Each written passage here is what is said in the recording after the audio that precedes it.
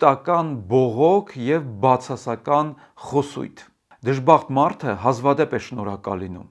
Նրա բերանը միշտ լիքն է դժգոհությունով, նվնվոցով, թնգթնգոցով, անդադար տրտունջով։ Մի պահ հիշեք, թե մեկ օրվա ընթացքում որքան բողոքներ եք լսում, իսկ դուք որքան եք բողոքում։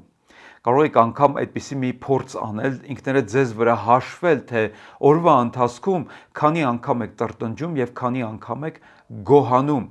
Այս ամենը կարող է պատկերել ձեր հոգեվիճակը։ Աստվածաշունչը ոչ մի լավ բան չի ասում բողոքող, տրտնջացող մարդու մասին։ Ավելին, այն ասում է, որ բողոքը, տրտունջը, շարունակական դժգոհությունները բացասական հետևանքներ են թողում մարդու հոգեվիճակում և անգամ մարդու առողջական վիճակի մեջ։ Անշնորհակալ վերաբերմունքը մեզ թուլացնում է և գրավիչ է դարձնում հիվանդությունների և հոգեկան խանգարումների համար։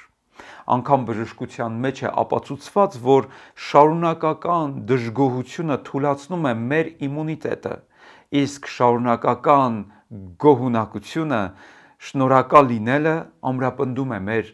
դիմադրողականությունը և մեր առողջությունը։ Վերջ-վերջո պարգևում է մեզ հրաշալի տրամադրություն և մեզ գրավիչ է դարձնում մեր շրջապատի համար։ Դժգոհելը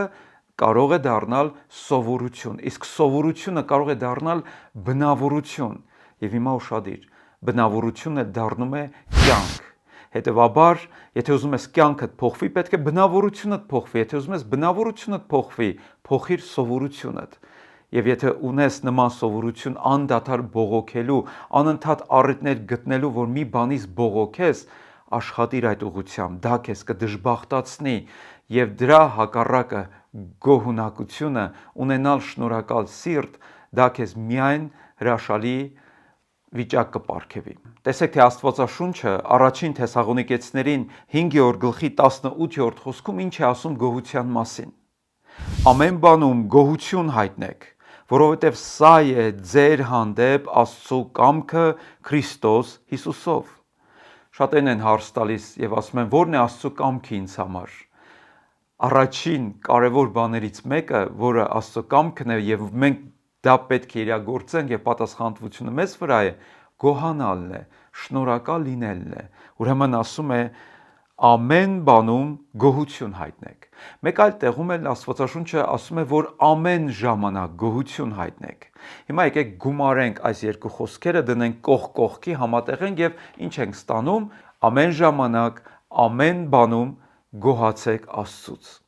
Սրա մեջ կարևոր գաղտնիք կա, սա կարծես բանալի է, որով մենք կարող ենք բացել երկնային օրհնությունների դուռը մեր կյանքի համար։ Ուրեմն